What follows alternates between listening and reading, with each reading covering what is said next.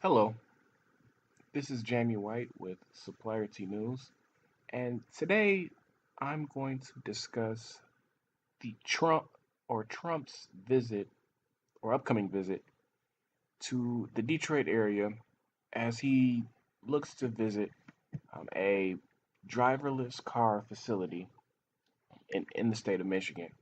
Uh, the big piece here that I want to talk about is there's this whole big piece going around saying that as he visits the driverless car facility, he may look to also address certain concerns as it pertains to uh, fuel economy rules for automakers.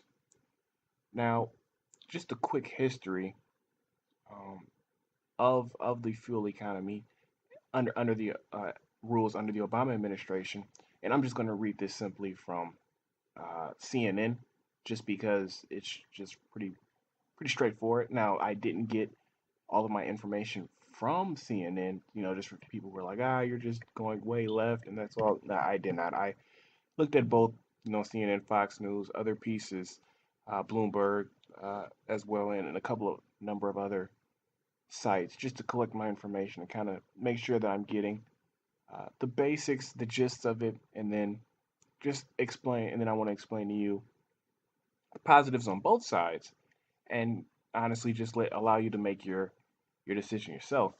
But essentially for this, under the Obama administration in 2012, uh, the administration required automakers to achieve, or excuse me, let me go back for a little bit. Uh, so essentially, the big issue here is that automakers are saying that the requirements for miles per gallon that they have to meet by 2025 is too strenuous and not possible. So what they're doing, led by General Motors and Ford, and it's a collective of them, about 18, I believe. They're looking to ask Trump to change those rules, not necessarily get rid of them, but just change them, uh, decrease them a little bit so that they have more of a possibility to meet those requirements. Now, the plan, as originally announced by the Obama administration in 2012, was looking to require uh, automotive organizations to have a 54.5 miles per gallon within average uh, within their cars by 2025. Now, what they're saying is that currently, and just so you know, currently it's around 35 miles per gallon. So they're looking at trying to have them within less than 10 years shoot that up about 15 miles per gallon, which is a bit of an asking price there. But from what I've seen, the technology is actually there to make that happen.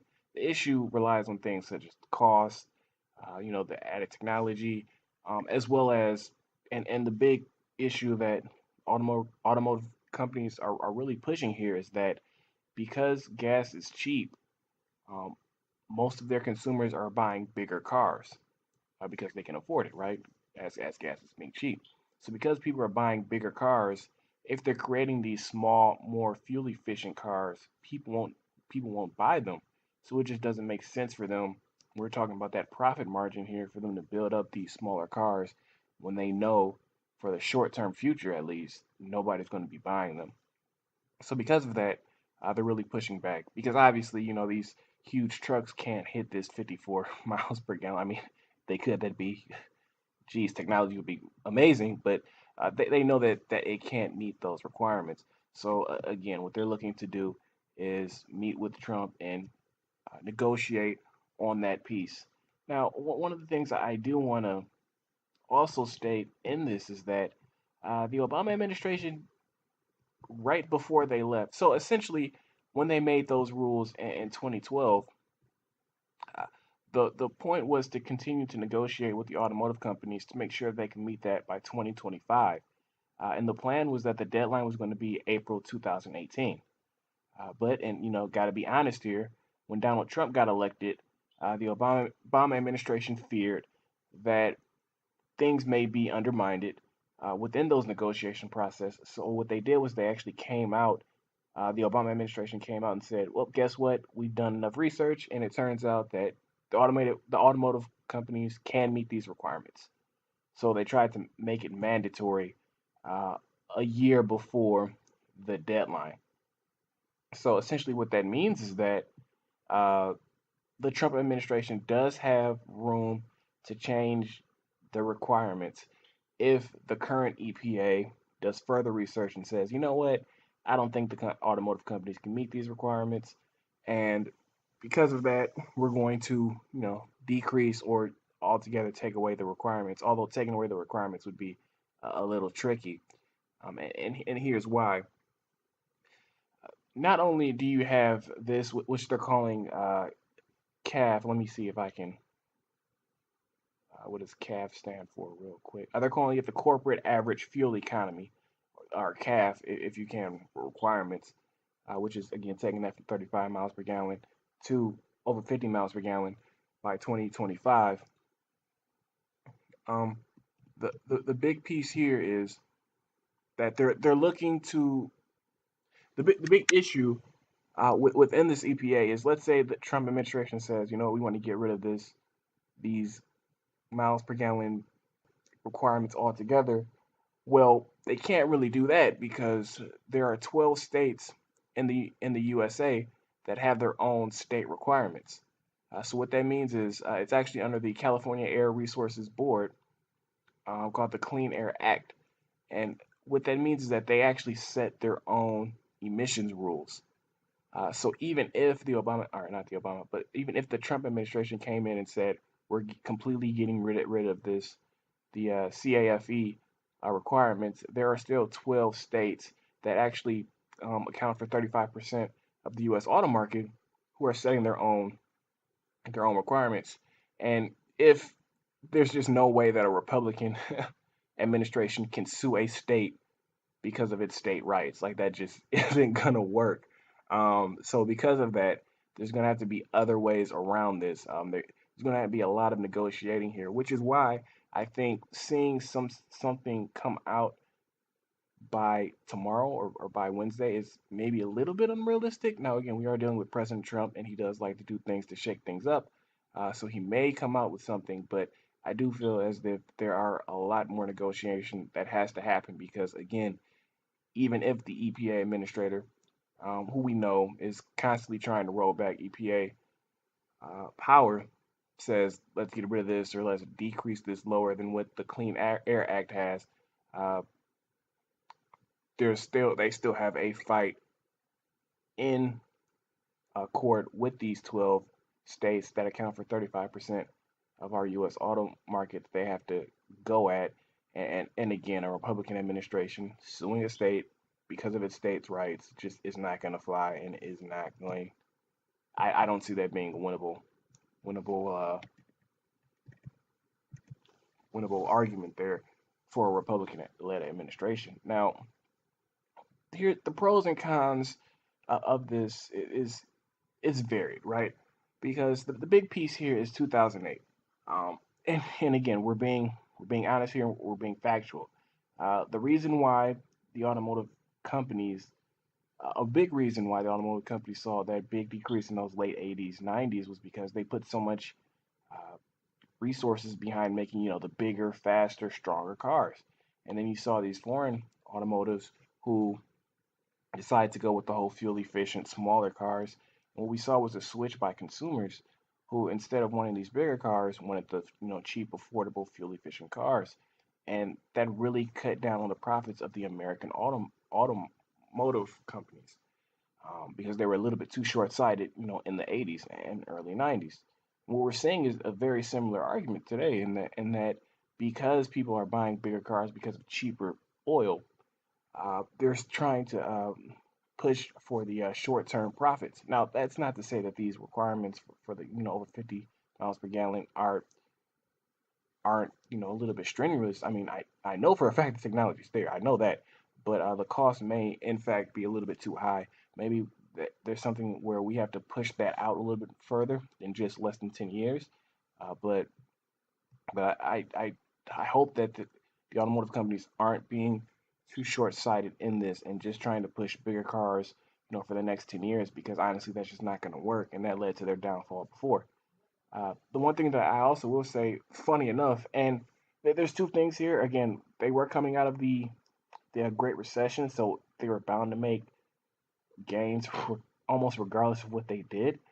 But since we've seen these more quote unquote strenuous requirements put in, uh, we're seeing automotive companies making record profit sales and or record profits. Excuse me.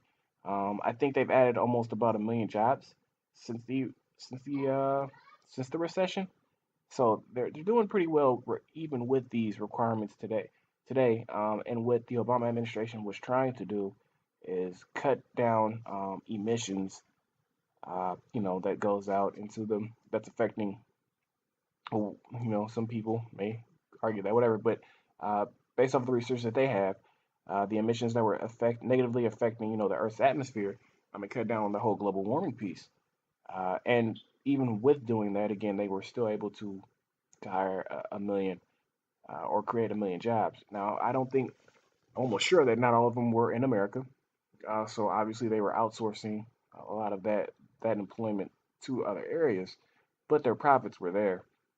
With the Trump administration, we can hope to have is a continuation of the increase in jobs with more a readjustment of those goals if possible. Now, in, in addition to that, and I also want to talk about some of the negatives that that happened there. Again, coming out of the Great Recession, you'd also make the argument that maybe we could have had more jobs, right? Instead of 1 million, we could have had 2 million if we wouldn't have had as strenuous as of requirements. I've seen in some places where they're saying we should just need to get rid of the rules completely, which again, that's very unlikely because 12 states have their own rules, and trying to get them to not have those rules is almost next to impossible because these are states like California and New York who are liberal and obviously believe in the climate change theory. So so that's almost next to impossible.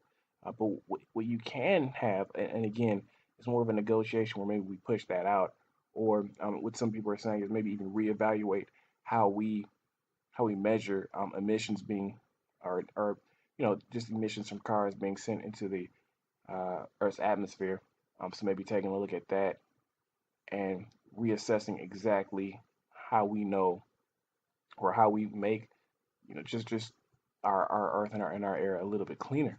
And that's actually a very fair point because who knows, maybe under that reassessment with the well, current EPA, that's kind of uh, I don't to be completely fair and honest, I don't know if you really want the current EPA making reassessing the rules and to try to make the American atmosphere a little bit cleaner because they've already, I mean, they're pretty clear in terms that they don't believe in climate change. They're very climate change skeptics, and if they were to put forth an equation or anything like that that says, hey, this is going to make uh, emissions cleaner, this is gonna make automotive or vehicles cheaper to build, and as well as again, not as effective when it comes to emissions. I think we can all agree that we can all be skeptical of those numbers that come out from them. So maybe that's not the best piece, but I do think again some negotiations on maybe pushing that out a little bit, being a little bit more reasonable um, under the Trump administration. Well, I don't want to say reasonable, but a little bit more generous under the Trump administration that may happen. The only thing that I'm really pushing here is I don't want them to get them being the automotive companies to be short-sighted and just go after the profits that are here now and today because as we know, especially when it comes to the automotive market, things are cyclical. So today people are wanting bigger, faster cars because gas is cheaper, but inevitably that's going to flow and that's really going to switch over and we're going to see again people going back to those smaller, more fuel efficient cars. How does this play for driverless cars?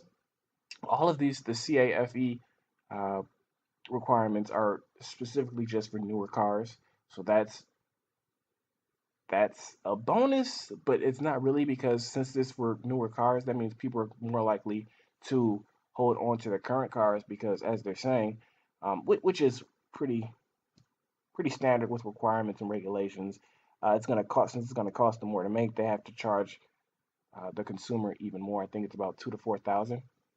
They said that they'd have to charge them a bit more, which means that people are going to hold on to their cars for another, couple of years and not pay for these newer vehicles. So that's also again a bit of a holdback, and it's going to hurt their profits, uh, or something that could negatively affect their profits moving forward. But but again, um, vehicle sales are cyclical, and although they're doing or going for bigger cars now, that is surely going to change in the future, especially when we're talking about over the next 10 to 15 years, which is when these fuel economy requirements uh, will need to be met. So that's pretty much it from Supplierty News. Just definitely wanted to give you guys a little bit more information on that and what's going on tomorrow.